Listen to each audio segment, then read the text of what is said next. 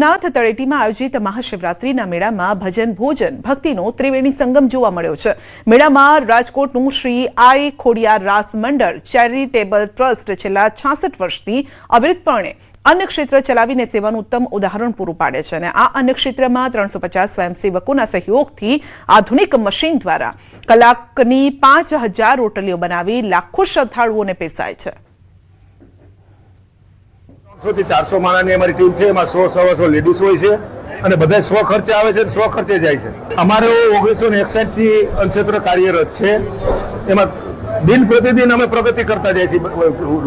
જે જાત્રાળુઓને અમે કેમ વધારે આઈટમ ખવડાવીએ છીએ અમારો પ્રયાસ હોય છે। પણ આ વખતે જેવું આ રીતનું બધું છે આયોજન એવું ક્યારેય હોતું નથી। આ વખતે બહુ બધાએ લાભ લીધા જેવો છે એમ। ખાસ કરીને ભોજનનો મેળો કહેવાય છે, કેવી વ્યવસ્થા છે? ના, બહુ મસ્ત વ્યવસ્થા છે અને ભોજન તો બધે તમે જ્યાં પ્રસાદ લ્યો ને ત્યાં આમ કુદરતી, હવે શિવજીનો પ્રભાવ કયો તો એ જે સમજો એમ કે કુદરતી આ ઘર જેવું છે, આપણને અહીંયા ભોજન પ્રસાદ મળે છે એમ। અહીંયા ઘર જેવું છે, જમાડે છે, બહુ પ્રેમથી જમાડે અને જમાડવામાં કાંઈ ના ઘટે। મેળામાં બધાય આવજો, લાભ લીધા જેવો છે અને કાંઈ ઘટે નહીં।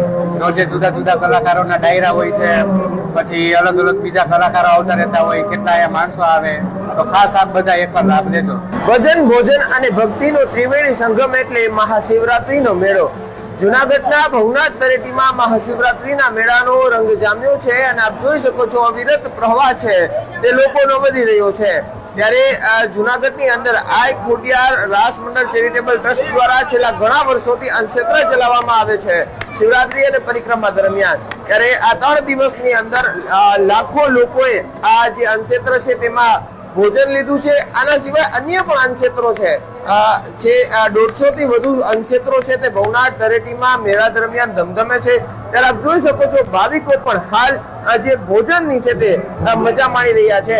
બીજી તરફ આગળના જે આ દ્રશ્યો બતાવવા માંગીશ કે જે તૈયારીઓ છે, આ ભોજન બની રહ્યું છે, સ્વાદિષ્ટ ભોજન, તે પણ આપ દ્રશ્યો બતાવીશ કે જે સ્વાદિષ્ટ ભોજન અહીં બની રહ્યું છે, રોટલીઓ છે, બીજી તરફ ઢોકળા છે અને હાલ આ જે ભોજન છે તે શ્રદ્ધાળુઓને પીરસવામાં આવે છે।